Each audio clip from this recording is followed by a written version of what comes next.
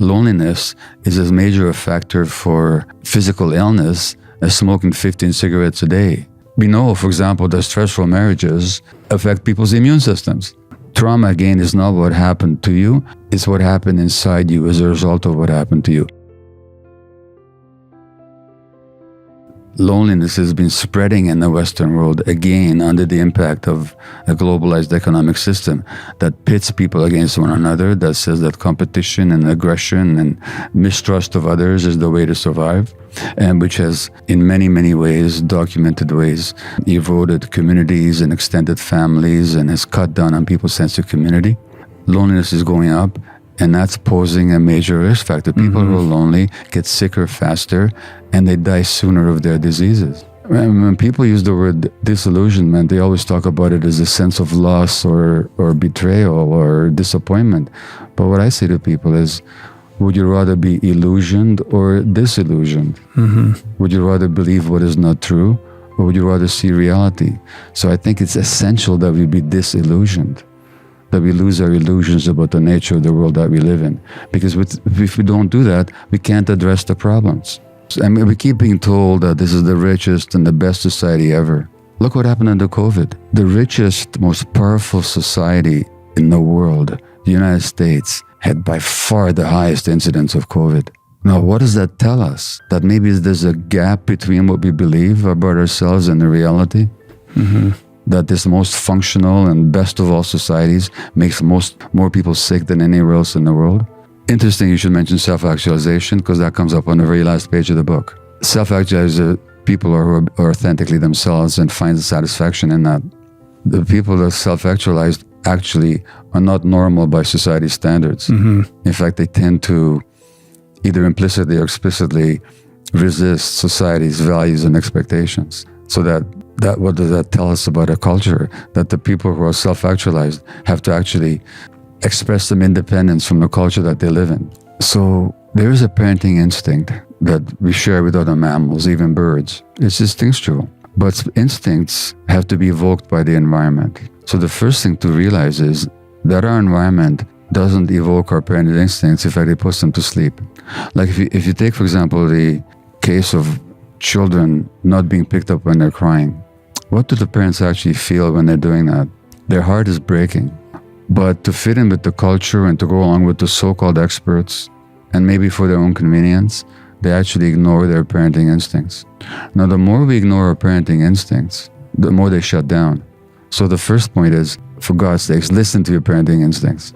Don't listen to the experts. They don't know what the heck they're talking about. Listen to your own parenting instincts first. Number one. Number two, human beings and mammals actually are evolved in a way that the most important dynamic in our lives is actually love and connection. And love and connection is the very ocean in which human life evolves. That's much more important than which parenting technique you use or... Now, this society breaks that connection very early because in the United States, 25% of women go back to work within 2 weeks of giving birth. That is traumatic to the child. At least let's see what those children are losing and give them as much love and connection as possible. Don't make it even worse by parenting practices that undermine the relationship.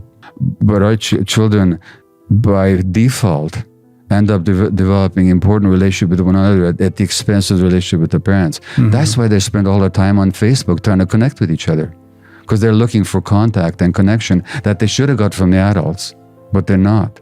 And so now they turn to each other, and each other is a very inadequate replacement for wise, nurturing adult contact. So we just need to be aware of all that's lost in this culture and do as much as we can to restore it within the limitations of our existence. A lot of people are traumatized in this society, and the more we recognize that, the better.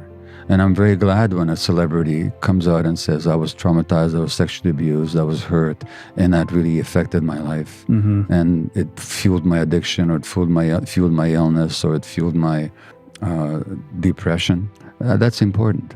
But also, as you say, and in the book we talk about this, is that doesn't mean we should identify as victim. So recognizing what happened doesn't necessarily create a victim identity. The victim identity says, this happened to me and I'm helpless in the face of it. Well, that goes against my concept of agency. So in order to be able to exercise agency, you got to let go of the victimhood. That's my reality. There's nothing I can do that's what happened. But I don't have to live the rest of my life by what I made that mean at the time. And so that's the whole thing of healing, is that you recognize what happened, you fearlessly look at it, you don't deny it anymore, but at the same time, you work not to let that define who you are, how you move forward, how you see the world. Because trauma, again, is not what happened to you, it's what happened inside you as a result of what happened to you. And that's the good news. Because if trauma was what happened to you, that somebody sexually abused you, or that your parents died in a war, if that was the trauma, there's nothing you can do to change that. That happened. It was never not going to have happened. But if the trauma is the wound that you incurred inwardly, you can heal that wound at any time. Right. So actually, the recognizing what trauma is an internal psychological wound with manifestations in your body actually allows you to heal it. We show people that the assumptions they made about their lives were very often based on suppressing their real emotions. So I've had so many conversations with people that I had a perfectly happy childhood. On the other hand, I can tell you that I used to be so worried about my children because of the environment that they grew up in as a result of my wife's and I unresolved traumas. But you know what? They're doing great. And they've dealt with it. So we also mustn't project our anxieties and our guilt onto our kids either. You know, that doesn't help them any way at all. So much of the parenting advice to kids is about how do we get this behavior or that behavior. If the developmental needs are met, they're going to learn beautifully. You don't have to push them. They'll be curious. They'll be spontaneously interested. They'll want to find out about things. They'll want to gain mastery. And learning will be a joy for them. That's not what we do. We demotivate them with all the pressure that we put on them. So there's so many ways in this culture where we could do things better if we only understood what the actual needs of children were. Withdrawal on your child's part can mean one of two things. It could mean a healthy individuation, which is what nature intends for them. They need to individuate. They need to become separate, autonomous people with self-agency. So it could reflect that, but it could also reflect an alienation from you and a moving deeper into the peer group, which is not a sign of individuation, but a sign of conformity. So it's hard to know. I think reading Hold On to Your Kids would really help you with that one. But at the same time, if you look at traditional societies, young people did not withdraw from their parents. They became individuals in connection with their parents. In fact, they were initiated into adult society by the elder generations. So individuation and maturation, become your own person, doesn't necessarily involve alienation from the parental generation. I think that's very much an artifact of our culture. So I don't know what's going on with your particular kid, a healthy sign or somewhat of a not so healthy withdrawal. And I'd have to know more about it to tell you which it is.